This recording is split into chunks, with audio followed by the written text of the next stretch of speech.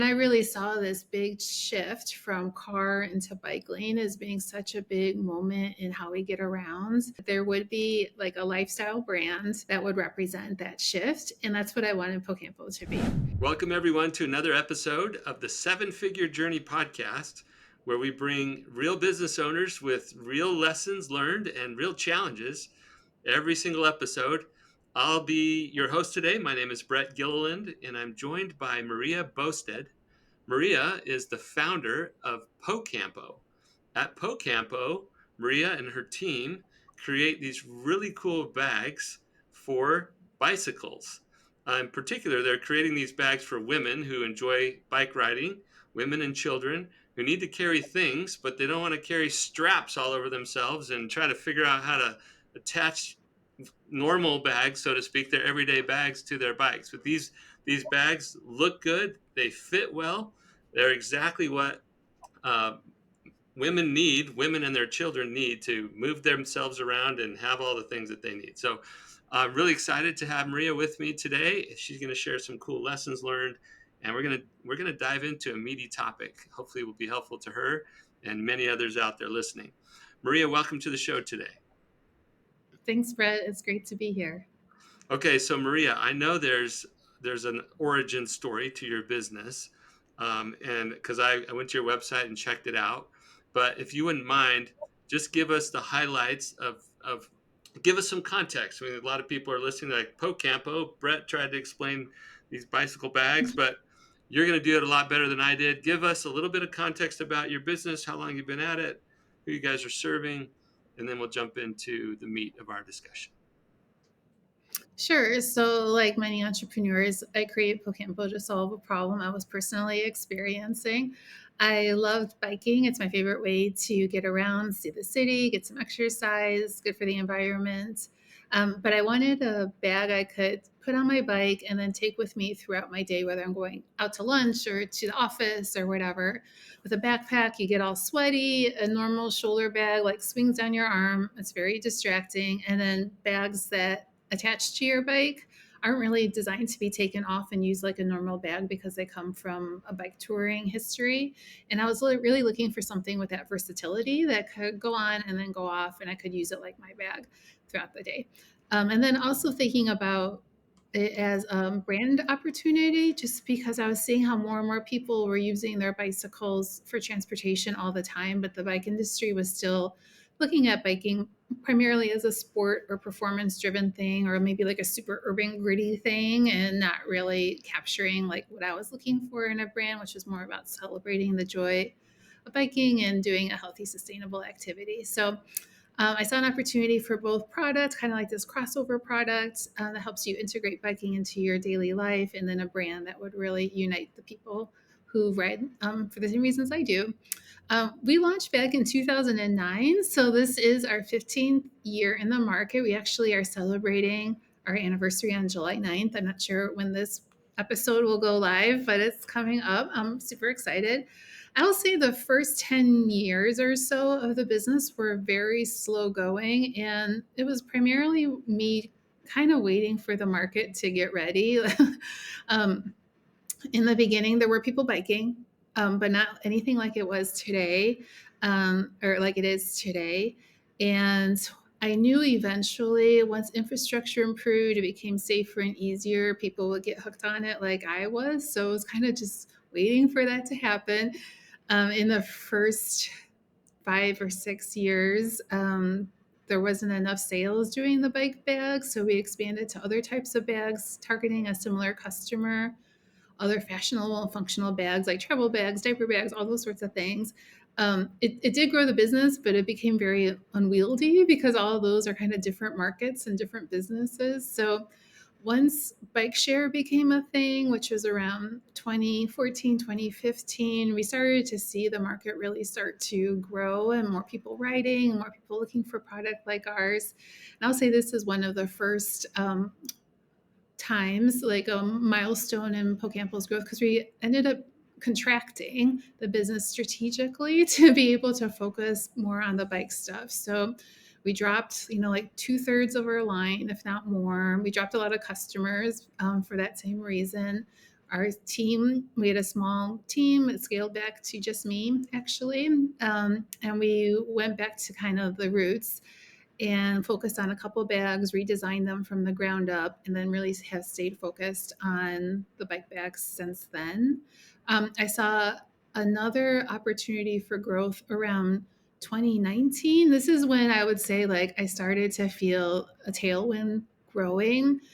A lot of it was around the excitement of micromobility. So like the e-scooters and all the e-bikes and all of that, a lot of media and investment interest in micromobility, and a lot of the micromobility companies like Lime, let's say, had their own like lobbyists to help build in bike lanes in major cities around the world, because obviously you need to feel safe to be able to use micromobility.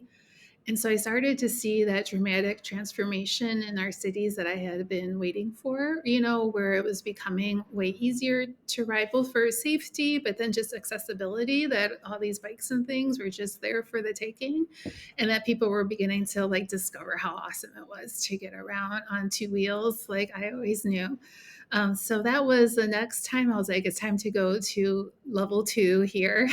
I raised a little bit of money. We hired our first marketing person, and we again refreshed the brand and product based on consumer input. I would say it went from being more like handbag y to more kind of sport outdoor y, just listening to what our customers wanted and the kind of lifestyles they had and what they were looking for in their products. We relaunched all of that the beginning of 2020. And at first that was bad because of COVID. But then it turned out to be really great for us because of the bike boom. And so many years, it's in many ways, I felt like I'd spent all these years like building out this kind of ship, and the perfecting the product, building out the supply chain, kind of getting all that stuff together. We put up this big sale, and then like whoosh, we just get taken off. It's been a really exciting 4 years since then. And we see the momentum continuing to build largely around e-bikes. Um, and I don't know, Brett, if you have an e-bike, but I do, and I love it. It's really transformed my whole. I thought I was a biker before, but now I'm using it for everything. And one of the reasons why it's perfect for PoCampo is, one, you don't worry about weight anymore with an e-bike. So people want to carry more on their bike. We don't have that thing like, oh, I don't want to add another ounce. It's like, no problem, throw it all on there. And so people are actively looking for help with carrying things, everything from their kids to groceries to going to work to doing overnight trips, the whole thing.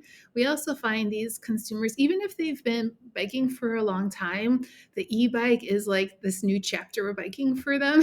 And they are looking for kind of like fresh new stuff to go along with it. PoCampo bags, as you can see behind me, are very colorful and fun, really matches that experience of the e-bike and how practical our bags are with that convertibility. And then they're built with things like pockets, which surprisingly, most bike bags do not have.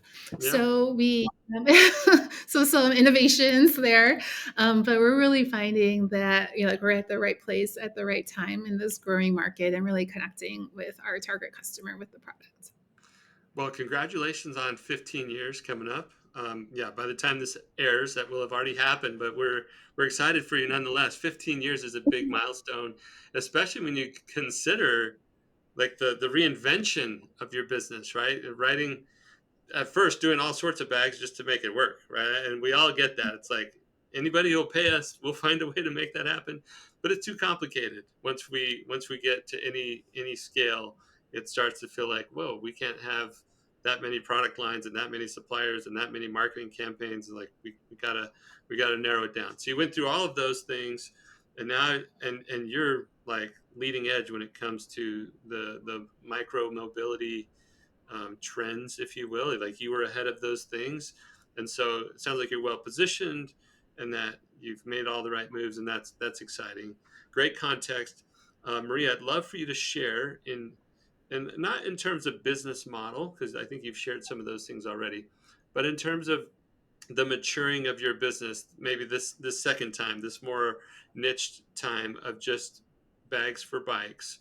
Um, what have you found personally to be helpful? What would you share with a younger version of you, or an earlier version of you who was trying to get a business off the ground that's really helped you make that transition from, scrappy, gritty founder to business building CEO? Like, what has been helpful to you in that transition? I think one of the biggest challenges was to break out of the bootstrapping mindset. Um, and while I feel like I'm a bootstrapper at heart and I'm like very frugal with everything, the downside with that is you're so risk adverse, you know? And I remember it was like, our bank account would be like to zero every month, so I wasn't able, and then hopefully more sales would come in and keep it alive, but it was like down to the bottom and then back up, so really tentative with making any risk, whether it be for any marketing campaign. Like if I wasn't sure it could convert into sales, I didn't want to do it. Same thing with products. I'm really nervous to try anything different than what we were doing, even if what we were doing was barely keeping us alive. And I think what I think of is like that scarcity mindset where you're Mm, just like trying to get the next order. yeah. And it is kind of like wherever it comes from, I just need it, And I would say that the one gift that first kind of fundraising I did, even if it wasn't a lot, it gave me like a perspective, and I got to kind of look up from just where the next step in front of me and to look over on the horizon and really start to think about how we want to go from here to there and what the bigger steps we need to take to get there. And I think just that shift really helped me kind of like shake free of some of those chains Mm. of not of being so like careful and cautious, and really started to be like, you know what, we don't these this is the type of customer that's going to get us from 250,000 to a million, or even 500,000, to double our business,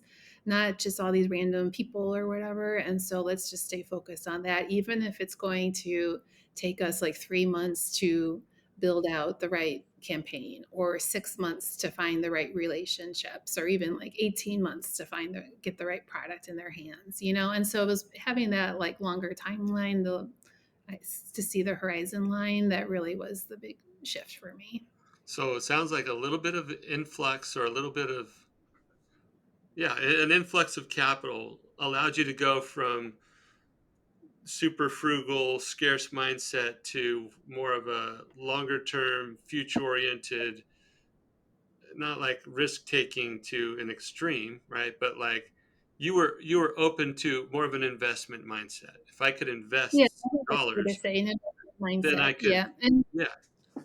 yeah, and not being like, okay, if this doesn't work, we're gonna go bankrupt, and instead being like, okay, this might not work, but we thought about it, or like it feels like it's the right move, and these are the success metrics we'll be watching. We'll give it 3 to 6 months, and just to be able to start to make some moves like that, and then to, of course, learn from them too. I do feel like that's where we really started to pick up the momentum and stop the like super gradual, like 3 or 4% growth, and then year over year, and get up into the 50, 60% year over year growth. That's a big difference, right?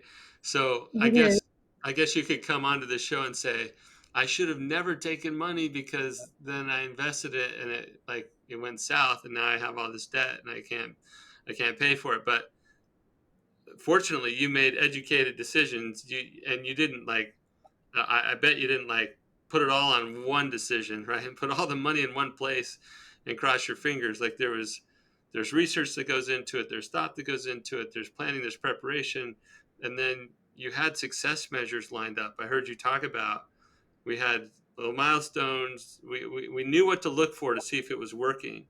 And with all of those things in place, you could make good sound decisions. Maybe they don't work out perfectly every time, but you weren't going to just lose all of that investment and not have something to show for it. So you can still be financially conservative, but having a little bit of cushion a little bit of capital will allow us to shift to an investment mindset. And I think that's the at the crux of what you're sharing. I love that lesson. Thank you, Maria. Anything else you want to add about the investment mindset versus the more scarcity mindset that you were operating from?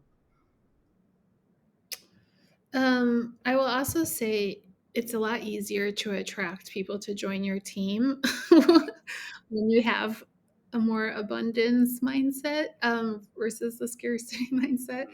Mhm. Just because the scarcity mindset, it's rough, you know, like you feel like you're about to go bankrupt every day. It's super scary, super stressful.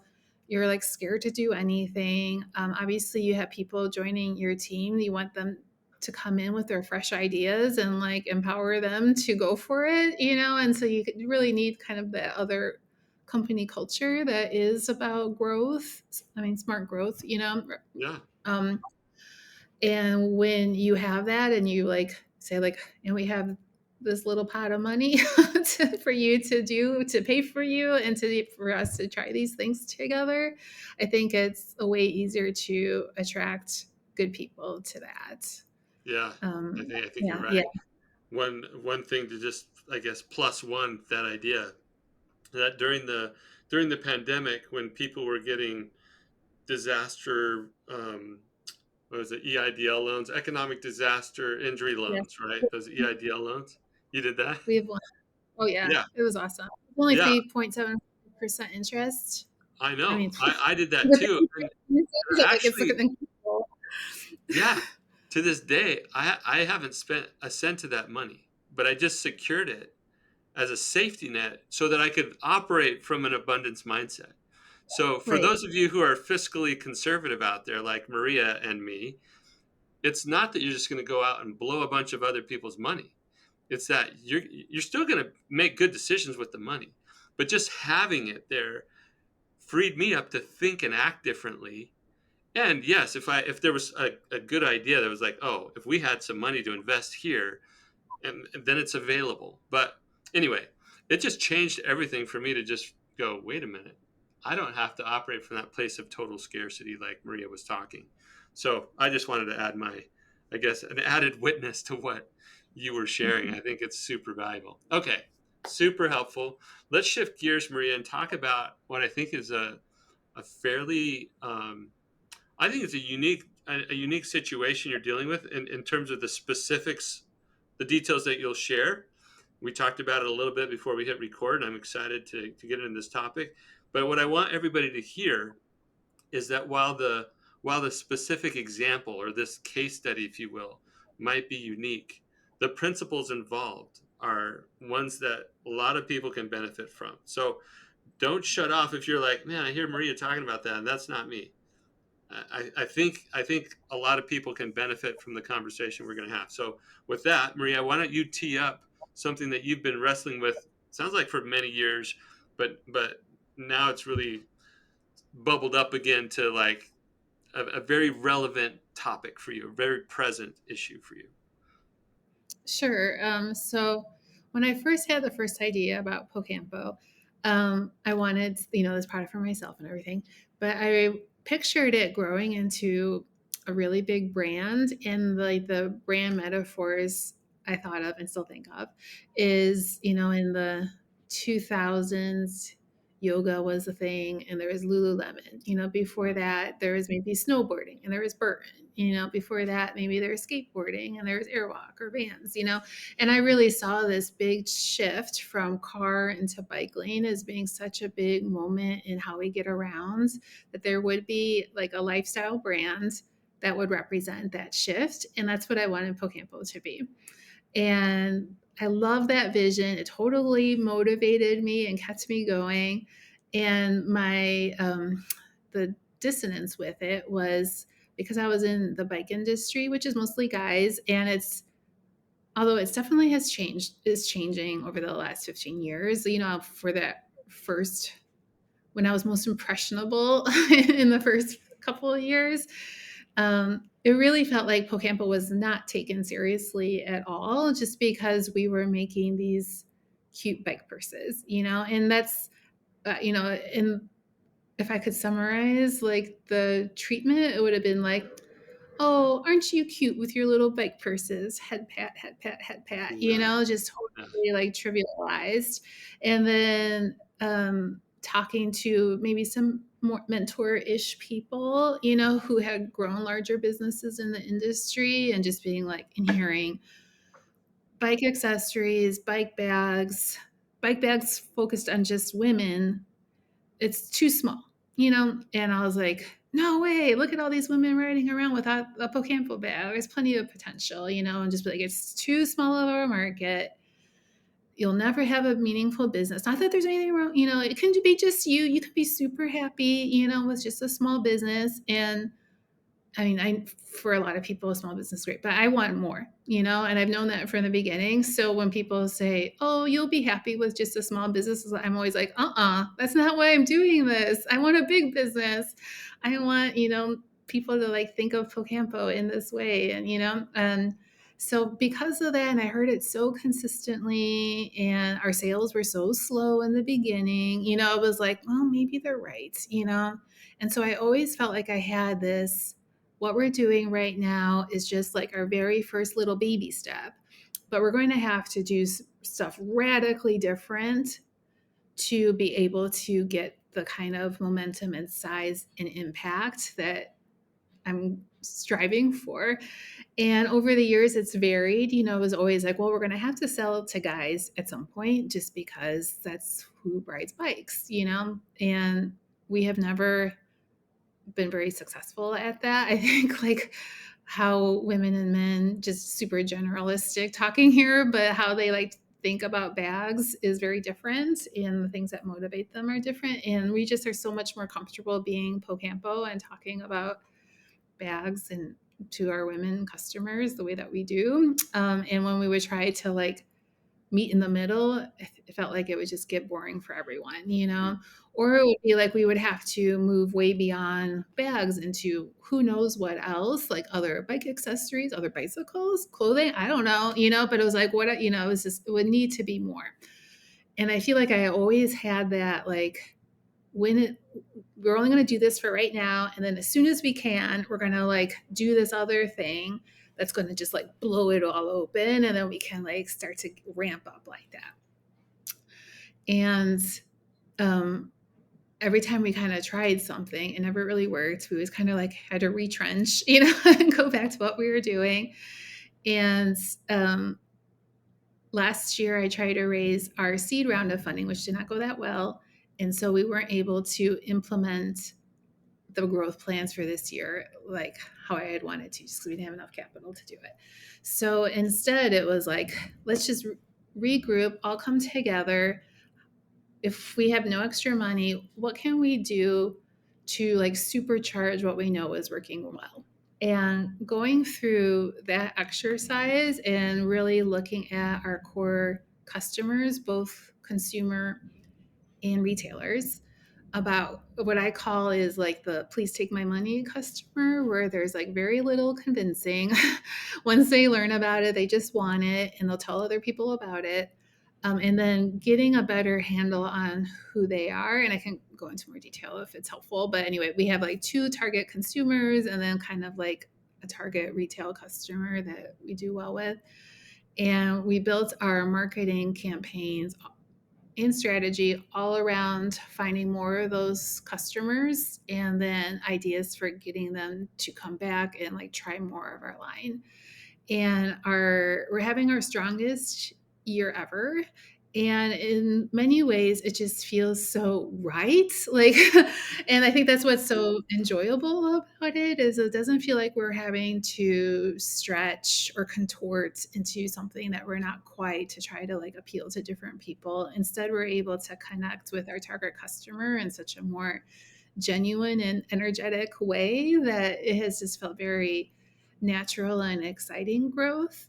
And with that success so far this year, I have now gone back to like redo all of my pitch materials, kind of like more focused on this rather than like PoCampo will be the brand that represents all micromobility, which I was having a hard time closing the deals on that one. And what I learned going back to kind of the beginning and thinking through it from the ground up was to second guess a lot of those things that the bike industry guys have told me from the very beginning, where they would say, like, it's too small of a market. Well, it's true. If you look at how many handlebar bags are sold, it's not in the country, it's not a huge market. So that's fair. But when I looked at how many women cycle regularly in the country, it's 45 million women, which is a pretty big number. And how many bags women buy each year, and how many of those would be a casual bag like this to do an active thing. It turns out to be a $1.1 billion serviceable, obtainable market. That's not small, That's pretty big. and like kind of like did the math, the bottom up calculation, and like double checked all my sources and everything. I was like, wait a minute, that's not small. Why have all of you guys been telling me it's so small? And then I realized the shift was, I'm not thinking of it as like a bike accessory that I'm only going to sell to the people who walk into a little bike store. And we do that. That's definitely part of our business. But that's where it feels small. Instead, if we think about who this customer is and where she's shopping and finding things, then it starts to feel big. And thinking about, yes, maybe men do ride bikes more than women, but a lot of women, like I said, do ride. We know that women buy more bags, just period. We know that women shop for bags for themselves and for their whole family. We know that she knows that a lot of the bike stuff out in the market isn't made for her. And it's just like, actually, this does feel like a huge opportunity for us. We don't have to change. We can grow with this customer, and we feel like we've hardly scratched the surface. Okay, so super excited about all that. I think where it gets to the friction is with the self-doubt, is it does feel like a departure to instead having this like exciting product roadmap and huge expansion to all these things. It's kind of like, we make bags for women who bike and their kids. And while we've had great traction so far this year, it's only June.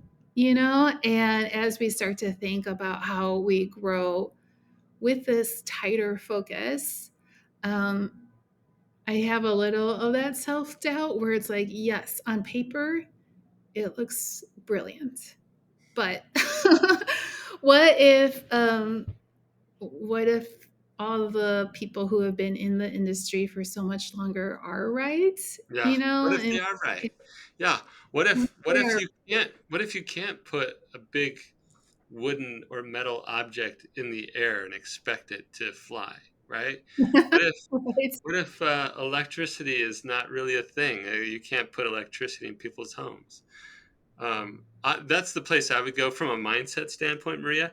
Because as I listen to your issue, like you're a passionate founder who's just swimming in this, and like the outside people are telling me this, and it's not just random people; these are the industry people, so their voice has some Right. credibility for sure. But they're also so close to it and so different from who you are and what PoCampo stands for that I would definitely take their input with a grain of salt, especially since you've done your homework. This isn't just like, lick your finger, stick it to the wind and get a sense that way. You actually know how many women bikers there are. You know how many women are out there spending money on casual bags. You've done some good research that says, hey, even if I got it, I imagine you were conservative with your numbers all along the way, but $1 billion opportunity for women purchasing casual bags who ride bicycles, right? Whatever all those descriptors are, that's not a shabby addressable market to begin with. Let's say you were only Right. half right on that. 500 million is pretty good still, right? Like it's more than what you guys are doing now. There's a bigger opportunity for sure. So I wouldn't question yourself, and I would, as far as my mental ability or my mindset around this. It's not mental ability. I don't know why my brain is a little foggy today. My mindset about this, Maria, I would be fueling my belief with all of the other people who were told they couldn't. right? And you know all the stories, or look them up. Look up one a day. Read some story that was like the impossible. This person went out and did it, even though everybody else thought it couldn't happen. I mean, what's the guy's name? Is it Roger Bannister, or the 5 minute mile? Like, break the 5 minute mile. That's impossible, right? Now we have high school kids, we have junior high school kids doing this stuff now. So Right. I would fuel my belief and my team's belief, by the way. I'd do this as a fun, like, team builder type of thing. What what did the world used to say was impossible that is no longer impossible? What did they say was unlikely that is now, like, expected? What did they say couldn't happen, but now everybody just knows? That's the default position in our minds. Oh yeah, that's totally doable. I would do that to fuel our belief collectively, and then I would even narrow down into, like, I don't know. There's so many cool stories on um, direct to consumer brands with clothing and bags and things like that. Like, just go find your favorite story where somebody said, I think there's a better way. But the market didn't recognize that before, or at least didn't pay enough attention to it to make it happen until a Maria Boasted came along and said, I'm going to do something different, right? Or a Right. Lululemon came along and said, we're gonna create a brand around yoga. Um, anyway, totally doable. I I would fuel my belief with those stories, and then I would keep doing all of my really good market research, my really sound investment decisions. Yes, you're taking some risk every time you invest in a marketing campaign, or every time you try a new product line, but you know how to take measured risks. You take those risks, you learn from them, you keep getting feedback from the market, you adjust, and you do it again. uh, Right. anyway, you don't need my belief in you, Maria, but let me go on record as to saying I believe there's enough opportunity for you to make something much bigger than what you have today, and there's no reason why Yeah. you shouldn't be the person to do it. You are passionate about this. You've been doing it a long time. You built PoCampo from the start with this idea that this is going to be a lifestyle brand to help a lot of people in this space, and not everyone, women and their kids, right? Stay targeted. Do it. I love it. I think you should do it, Maria. Thank you. Yeah, so we've committed now, so it's full steam ahead. Yeah, it's full steam ahead. Yeah, good. Well, I appreciate you being willing to share some of your, I don't know, your doubts, your self doubts, your insecurities, whatever you want to call it. Every business owner has that moment of, is my idea good enough? Like, am I thinking about this right? Uh, I'd much rather have that thought and overcome it than the one that says, oh yeah, this is a slam dunk, and you get slammed in the face because you're misinformed the other way, right? This is the better way to be wrong about. If you're like, maybe this is kind of small, or other people are telling you it's small, but you did the work. It's no, it's not small, and so you go make it happen, Yeah. and prove them wrong, and the next time I have you on the show, you'll be like this famous PoCampo brand and Maria Boasted and how she did it. Yeah, you have to have me on the eight digit revenue show There you go. next. Yeah. Our Lead Entrepreneurs podcast will feature you someday when you've arrived at it. All right, Maria, that's been so helpful. Thank you for sharing some of the change that was good for you to go from scarcity mindset to abundance mindset, more an investment mindset. That was super useful. And then to think about how you've had some of these self doubts. Good research, and then good fueling of your belief. There's Your brain is going to take in whatever you feed it. So you can either go listen to all the doubters and just on repeat those doubters, and your brain is just going to freak out. Or you can go read all the inspirational stories, go see the ones that proved everybody else wrong, and fuel that belief and go make it happen. Yeah, thank you. Yeah, you're welcome. How can people learn more about PoCampo if they want to look it up, especially all of our women listeners out there who like to get on a bicycle? And then if anybody wants to connect with you online, how would they do Sure. So for PoCampo, our website is just pocampo.com. That's P like Paul, O, C like cat, A, M like Mary, P like Paul, O.com. Fortunately, our brand name, like every letter, sounds like something else.